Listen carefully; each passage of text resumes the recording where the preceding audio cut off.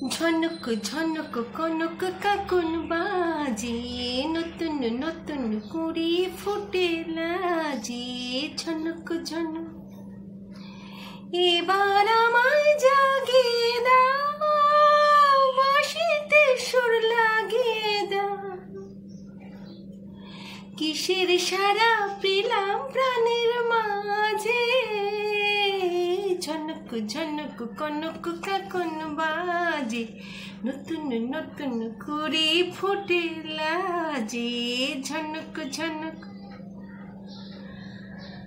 তোমার তোমার কোহর ঘুম ভাঙানো শেষে, আমার গানের সুর ঝরানো কুজন যাবে মিশে, শিশে যাবে মিশে। দেখো কিরম আটকে আটকে যাচ্ছিল।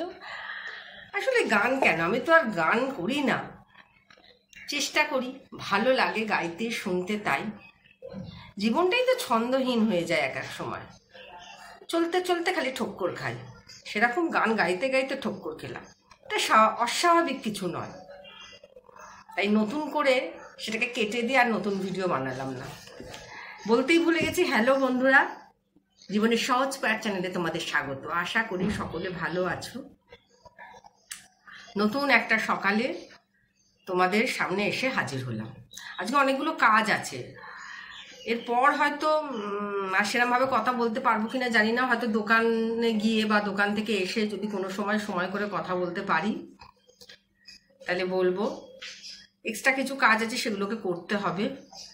চলো কাজগুলোতে করি, ঠিকঠাক করে কাজগুলো হলে মনটাও ভালো থাকবে। দোকান থেকে বাড়িতে এসছি, মাঝে মাঝে আসতে হয় একটু বাড়িতে ফ্রেশ হওয়ার জন্য, সেই জন্যই বাড়িতে এসছি।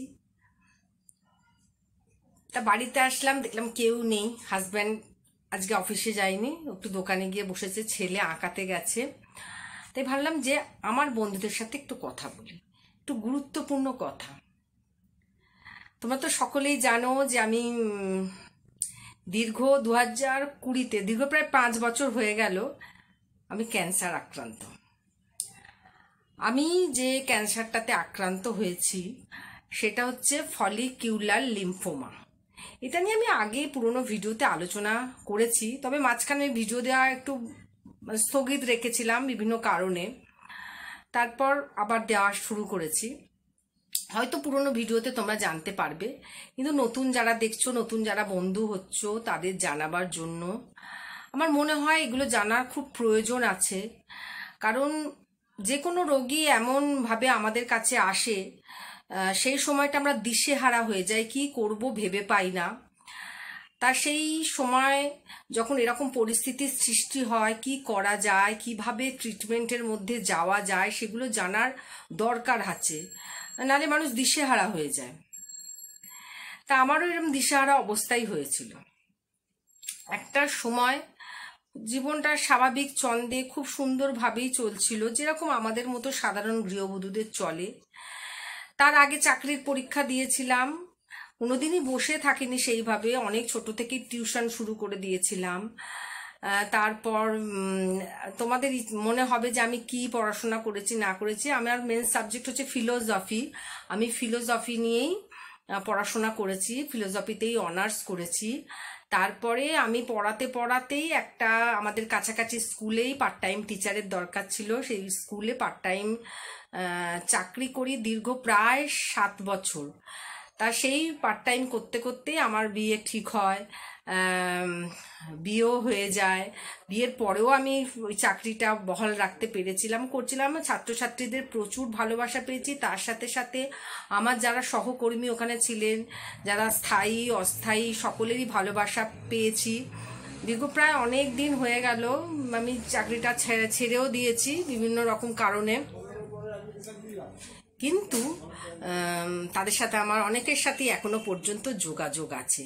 তাদের এই যে তাদের হৃদয়ে যে ভালোবাসার জায়গাটা করে নিয়েছি, তা অনেক না পাওয়ার মাঝে এই পাওয়াটা একটা মানে কি বলবো, একটা গুরুত্বপূর্ণ পাওয়া বলে আমার মনে হয়।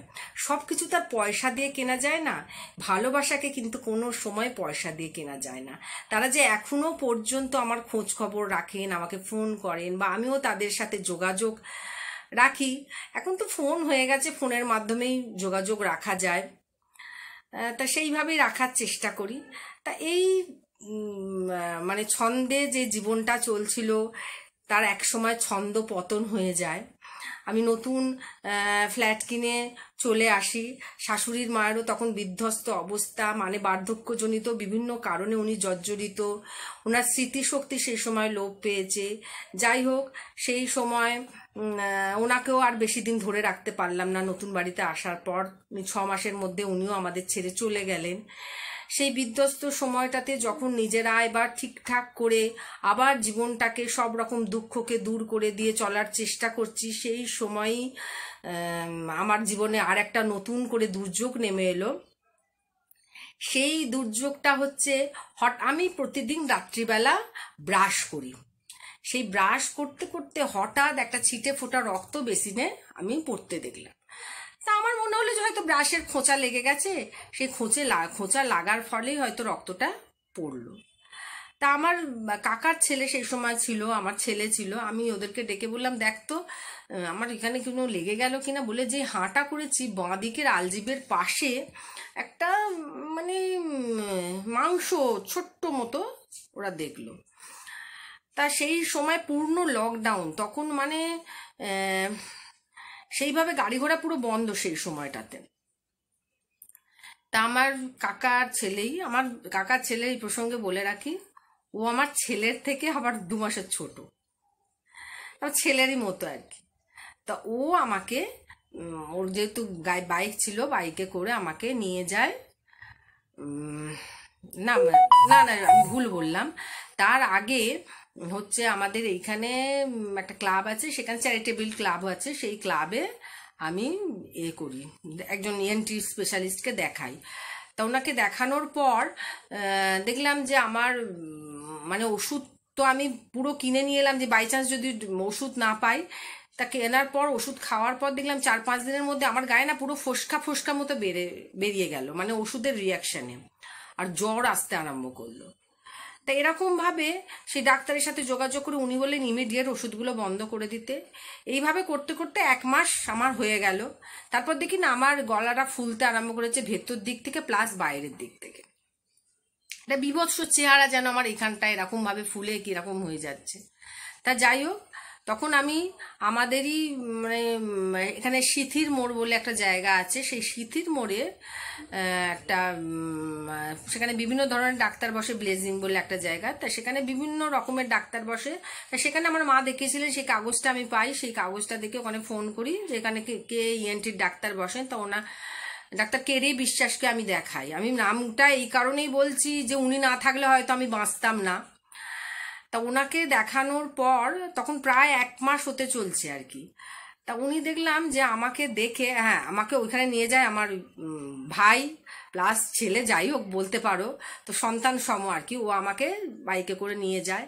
তা ওখানে দেখানোর পর তা উনি দেখলাম না একটু চিন্তিত।